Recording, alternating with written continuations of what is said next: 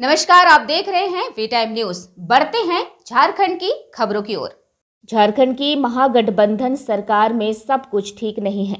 गाहे बगाहे या चर्चा भी खूब हो रही है।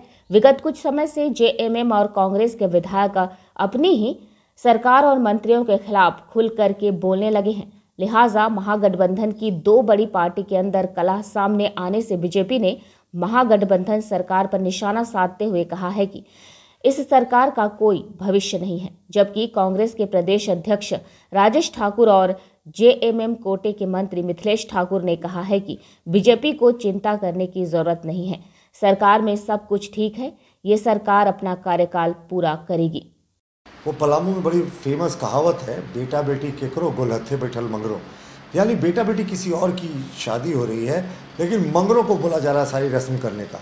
तो यहाँ भी इसी तरीके का गठबंधन में हो रहा है। ये आपस में लड़ रहे हैं और सब लोग आरोप लगा रहे हैं कि भाजपा सरकार को डिस्टेबलाइज करना चाह रही है। देखिए कांग्रेस में क्या हुआ, कांग्रेस के विधायकों ने बैठक करके कहा कि उनके जितने मंत्री हैं वो नकारा है, नाकाम है, कार्यकर्ताओं की नहीं सुनते, कार्यकर्ताओं को धूप में खड़े रहना पड़ता है, और उन्होंने मंत्रियों को हटाने की मांग की।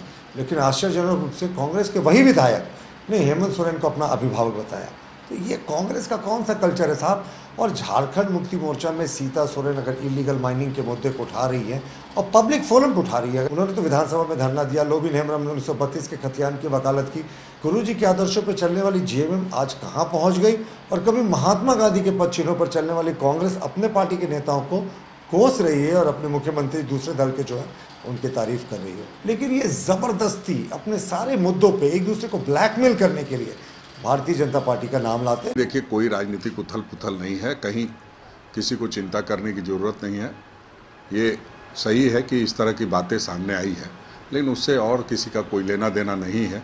और जहाँ तक भारतीय जनता पार्टी की बात है तो वो अपने इस तरह के सिगुफे छोड़ते रहती है। जब कोई अपनी बात को कहता है, कोई विधायक अपने क्षेत्र की समस्या बताता है तो उसको नाराज़गी बताते हैं। हम उसको नाराज़गी नहीं मानते। हम ये समझते हैं कि विधायक हैं, संजीदा विधायक हैं, तो अपनी बात को सबके सामने रखेंगे ही। ये अलग बात है, पार्टी फोरम में भी उन्होंने कई बार बात रखी है, आज भी मेरी बात कई विधायकों से हुई है, तो कहीं कोई इस तरह की बात नहीं, कहीं कोई किसी के खिलाफ नहीं है।